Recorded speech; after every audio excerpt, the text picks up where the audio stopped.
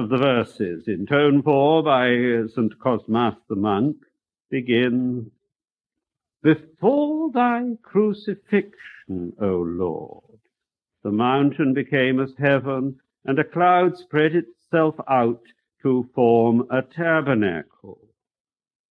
So see at once, in the texts for the feast, a link is established between the Transfiguration and the crucifixion. That's very important. That's a clue we've got to hold on to throughout the rest of the celebration. But in case we weren't listening, as we sang the first sticheron, we have the same thing coming up in the second sticheron, which starts, "Before thy crucifixion, O Lord, taking the disciples up into a high mountain, thou wast transfigured before them." So again, the link is established. When I'm preparing people for the Orthodox possibility of becoming Orthodox, one of the things I say to them is, you must get used to the fact that Orthodox consider that if a thing is worth saying, it is worth saying at least 3 times. Another place where we should look specially for the meaning of a feast is in the kontakion. And what do we find in the kontakion of the Transfiguration? "Thou wast transfigured upon the mountain, and thy disciples beheld thy glory, O Christ our God, as far as they were able so to do.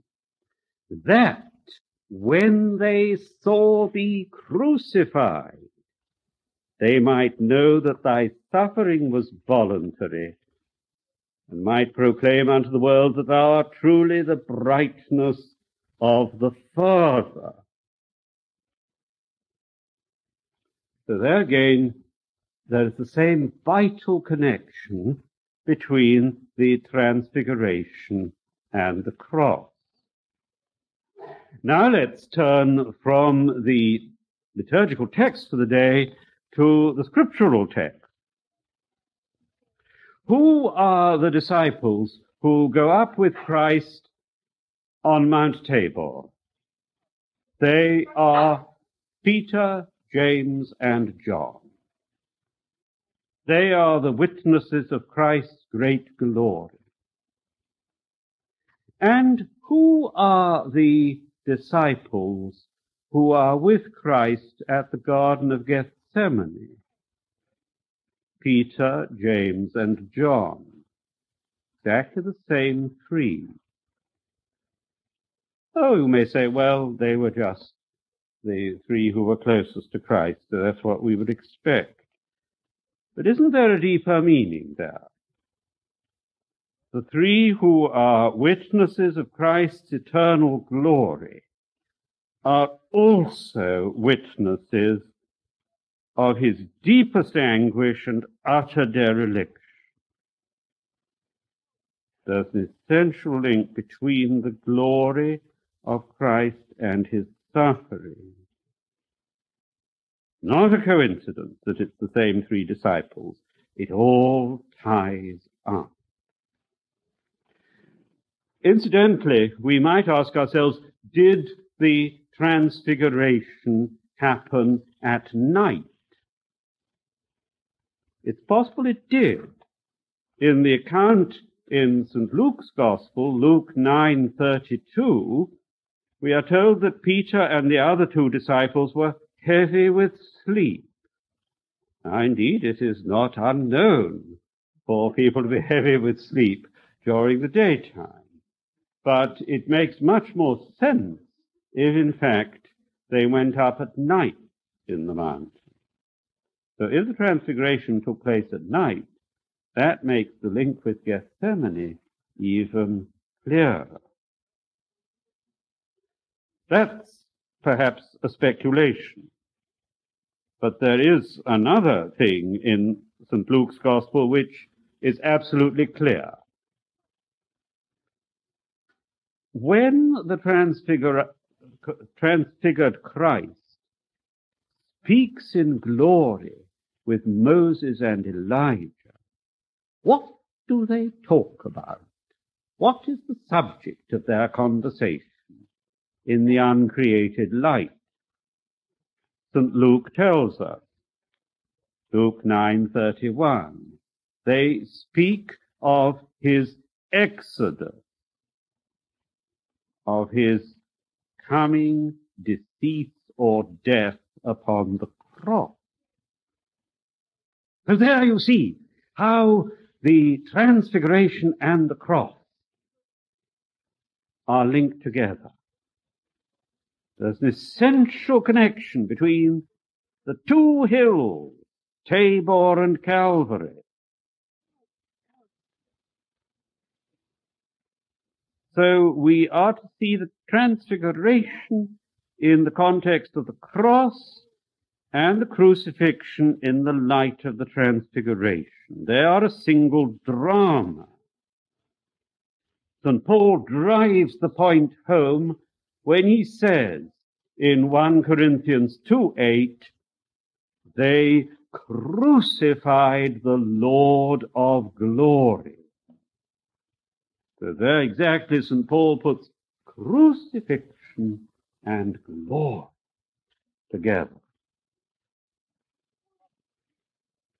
So we see in Christ's life how the glory and the suffering go together. And what is true for Christ is true also for his mother. She too enters into glory through suffering. At the presentation in the temple, feast that we keep on the 2nd of February, St. Simeon the Elder says to the Blessed Virgin, a sword shall pierce through your own soul also. Luke 2:35. And that prophecy is fulfilled at Calvary,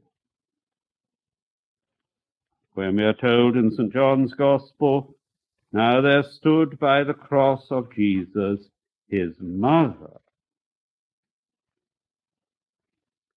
Now, what is true of Christ and of the Mother of God is also true of each one of us. Our Christian vocation is to share at one and the same time in the suffering of the cross and in the joy and glory of the transfiguration and the resurrection. These are not alternatives. The cross and the crown go together. Nor should we think of them just as successive. We shouldn't say, yes, in this life we dwell in a vale of sorrows and we suffer.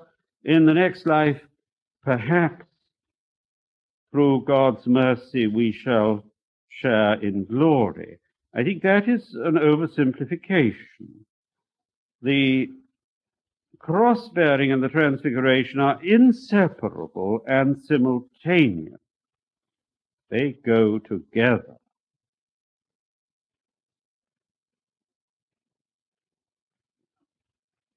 And we can see this, for example, if in the life of the saint whom I've often mentioned here, St. Seraphim. We think of him as a witness to the transfiguration and the resurrection. He wore white garments, not the normal monastic black. All through the year, he used to greet people with the Paschal greeting. Christ is risen, my joy, he would say. And we see how, in a special way, he entered into the mystery of the Transfiguration when he was talking in the forest with his disciple Nicholas Motovilo. But that is only one side of the life of St. Seraphim. He also had to face many points in his life, misunderstandings from his brethren in the monastery, even from the abbot. His particular spiritual way was not appreciated by everyone in the community. And when he was a hermit in the forest, as he prayed for 1,000 days and nights on a rock, throughout that period he heard crackling around him the flames of hell. Then he was attacked in the forest by robbers, who in fact thought they had killed him. He recovered, but he was crippled for the rest of his life. Never could he walk upright. And in reparation for what the robbers had done in attacking him with the intention of killing him, he wore a heavy iron cross for the rest of his life. So we shouldn't sentimentalize the thing. We might think of St. John of San Francisco, who was also here when he was bishop in San Francisco. He had to face bitter slander and indeed a lengthy lawsuit in which his honesty was called in question. So he had to face suffering. We may say, yes, looking on Mount Tabor, we see our humanity transfigured in glory, but we will not be truly human unless we also carry the cross with Christ. It's only through the acceptance of suffering that we can be truly human. And that is underlined at our baptism. Baptism is resurrection with Christ. Yes. And so after baptism, we are clothed in white robes and given a lighted candle to hold. But a cross is also put round our neck. And that's not just an empty decoration. The same is true in marriage. Marriage is the sacrament of love, but there is no true fullness of love in this world unless there's also a willingness to accept the cross together. Fullness of love involves laying down one's life for the other. So yes, in marriage the crowns are crowns of joy and of victory, but they are also martyrs' crowns. So we say in the marriage service, remember them, O Lord, as thou hast remembered thy 40 holy martyrs, sending down upon them crowns from heaven. And we say, may that joy come upon them which the blessed Helena felt when she found the precious cross. And in the procession, we sing, Dance Isaiah, or Rejoice Isaiah, according to what version you use. But we also sing a hymn to the holy martyrs. So we are to see our Christian life and the fulfillment of our human personhood in this world in terms both of the Transfiguration and of the cross. It goes together. As St. Paul says in 2 Corinthians 6, dying and behold we live, sorrowful yet always rejoicing.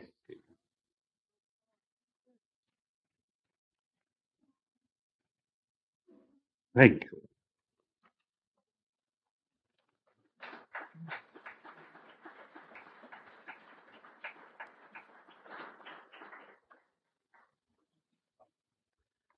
Now, do you want to ask any questions?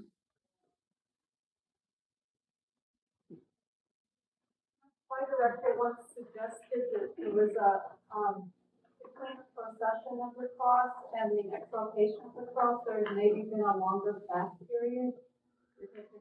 been shortened to be what we now know as the Domitian statute? Not any evidence of that?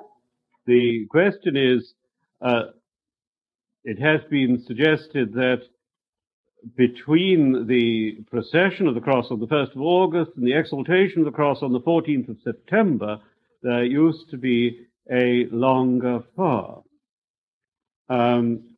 And do I know of any evidence for that? Well, I don't, in fact. That's a very interesting idea, but it is the first time I've heard of it. However, it might make sense because it would be more natural to associate fasting with the observances of the cross rather than with the falling asleep of the Mother of God. So it may well be so, but I simply have never seen that discussed. I'll look. When do we start singing the catavassias of the Holy Cross? I think we start quite early in August. So the Feast of the Exaltation of the Cross casts its shadow before. I'm not quite sure about that. Not being a choir director myself, I don't have to know about those things. Yes, that's right. You see, already on the Feast of the Transfiguration, we're singing the catavassias of the cross. And I think we probably start singing them on the 1st of August. So the Feast of the Cross is anticipated. So that there may well be something in your choir master's suggestion. Interesting. Yes.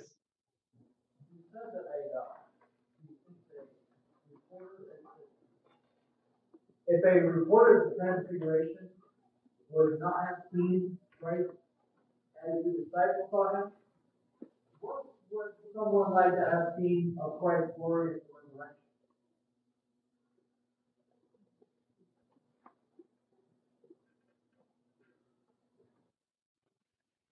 Yes, the questioner has taken up my little jeu d'esprit about what a reporter might have seen if he'd been on Mount Tabor, and asks, well, what about the resurrection? Now, none of the resurrection appearances, as far as I recollect, is before the crowd.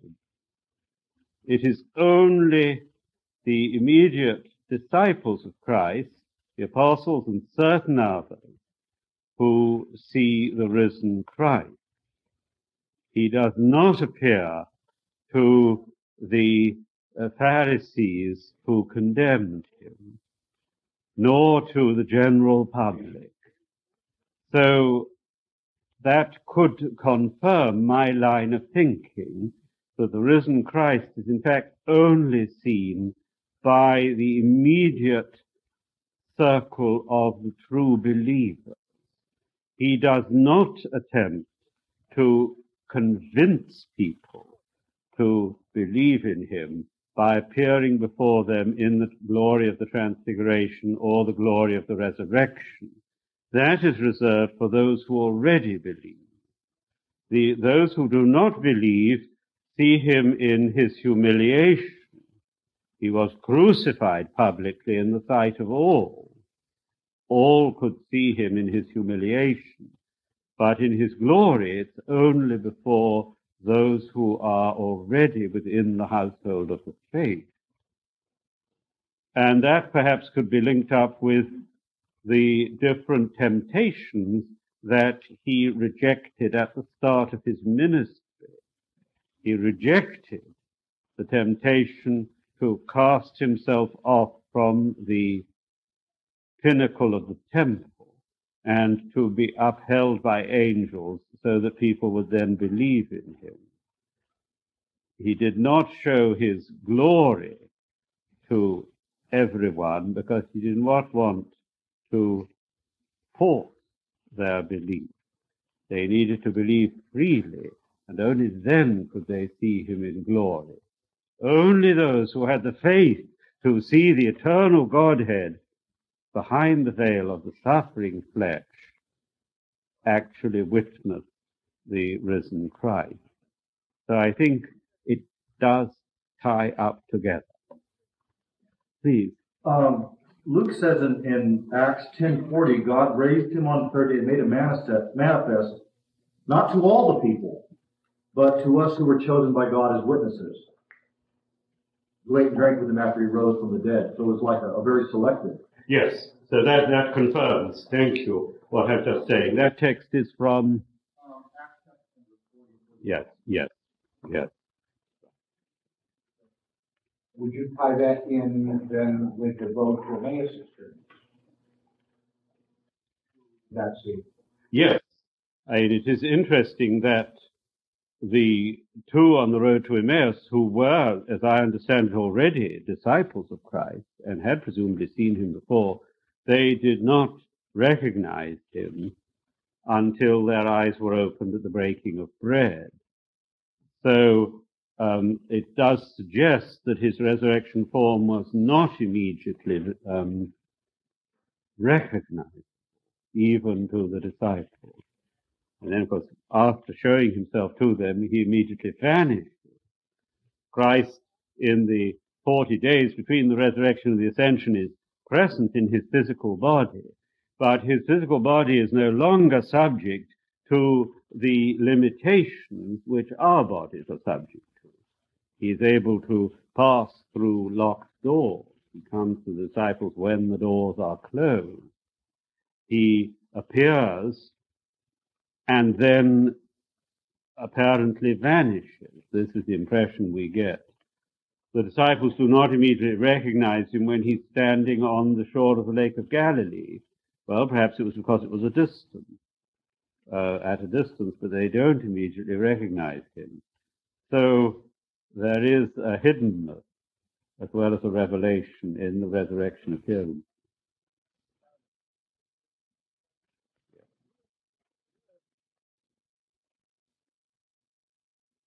Well, if there are no other questions, we can have a short break now.